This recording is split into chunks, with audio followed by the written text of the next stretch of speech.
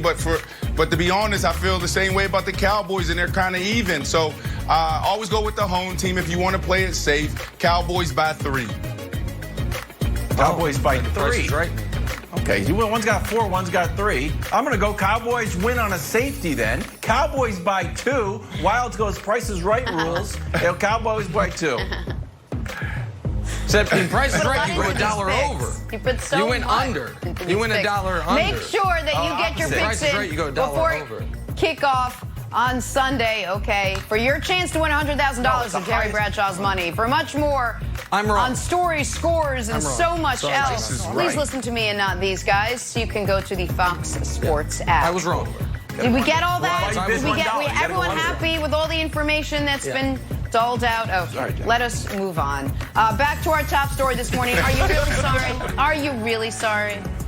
All eyes on Baker and Odell in their attempt to get on the same page last night. I can't Sorry, with you, Jenna. Nick.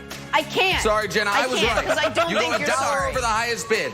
That's what you do. Sorry, go All ahead. right. No, you don't. You go Baker, $1 under. 2 touchdown guys, honestly, really. Sorry, Jenna. I could stop and just talk Seinfeld for an hour and a half, but you don't see me doing that. Baker threw 2 touchdown passes, including a nice one to OBJ in the second. Browns held on to win.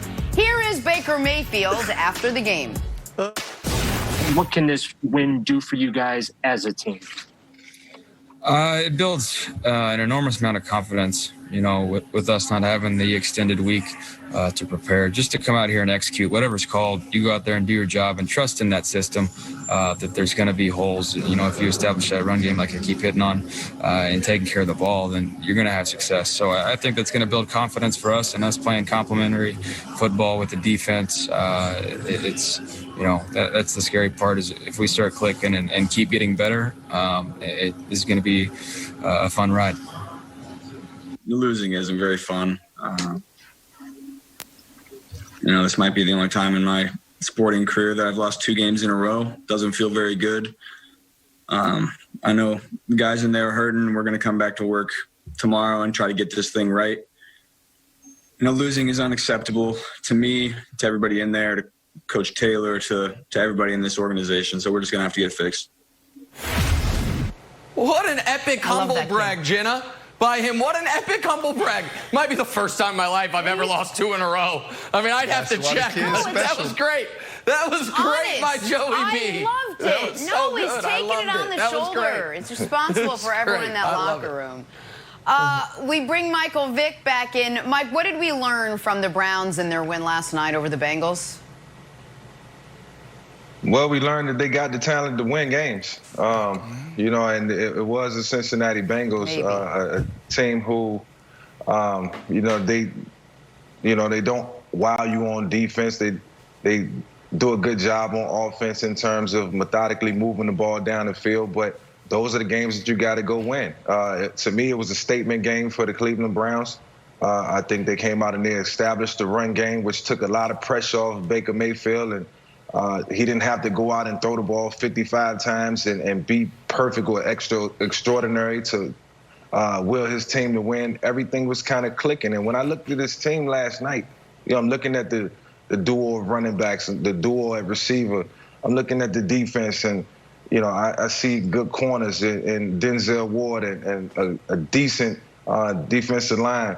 And then they got Baker Mayfield, a first-round pick. So, I'm looking at guys all across the field like this team does have enough talent and swag to win football games. Where was it last week against the Baltimore Ravens? But can they continue to do this? Next week could be even bigger steps. So, yesterday was a building block. It's something to be excited about. And go back, watch this film, and do the things that you do well continuously. Don't get away from what you did and excel that last night.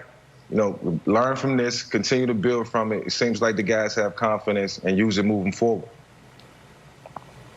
Yeah, this team is only going to go as far as Baker Mayfield leads them, and I don't want to overlook this discussion. People people were and still are crushing Baker Mayfield. Jenna doesn't believe in the Cleveland Browns, still after what they showed last night, and I wouldn't jump to any conclusion either. But I want to look at two things, right? I want to highlight two things, Mike, and I want to get your thoughts on these two plays. And we've been showing the one play all day, the touchdown to Odell, and I want to see what you see here, because as a wide receiver, I know this is special. You're asking Baker Mayfield to boot left, which is something you did in Philly with Andy Reid, throwing it to Deshaun Jackson down the field, and throw it against his body. He's a right-handed quarterback. There's only a handful of quarterbacks in the history of the NFL that's able to do this. So when you see this, you got to think about like, oh, well, this is what the Cleveland Browns coaches and owners are seeing every day in practice. This is why they're excited about what he can be. So this kid throwing this ball against his body was special. I don't know how you see it. Yeah, I see it that way. And then also, it's a double move, so that means the timing was off, and then you got a quarterback that's booting to his opposite side of his throwing arm and having to make an accurate throw. So you're right. They've seen this in practice numerous times, but this is what the Cleveland Browns offense has to be. You have to run the offense through there, like we talked about, and you have to take advantage of the things that he do well. Single him out, get him in some one-on-one situations, and just let him win. And, you can ride Odell week after week and let the running backs do what they need to do and let everybody compliment, off what Odell and Baker's doing in the passing game. So I love seeing this. I love, all the connections that they made last night. They just have to continue to build from this because, look, man, it's the Cincinnati Bengals. They had a rookie quarterback out there, a team that kind of looked discombobulated at times. But I'm glad that they went out and got the win. It's going to be a confidence builder. Yeah, I mean, we have Brett Favre, Russell Wilson. They're two quarterbacks that can make this throw. The second throw is a throw that, to me, is another probably the hardest throw on the football field. You're asking this guy to drop back and throw it to the wide side of the field, a speed out. We saw this play out on Sunday with Tom Brady. Tom Brady tried this, and it's a pick six. We don't ask quarterbacks to do this. How difficult is this throw?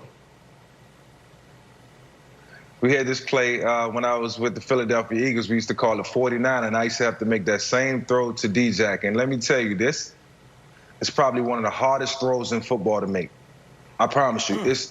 It's timing, it's accuracy. You have to see it before you throw it. You just cannot let this ball go.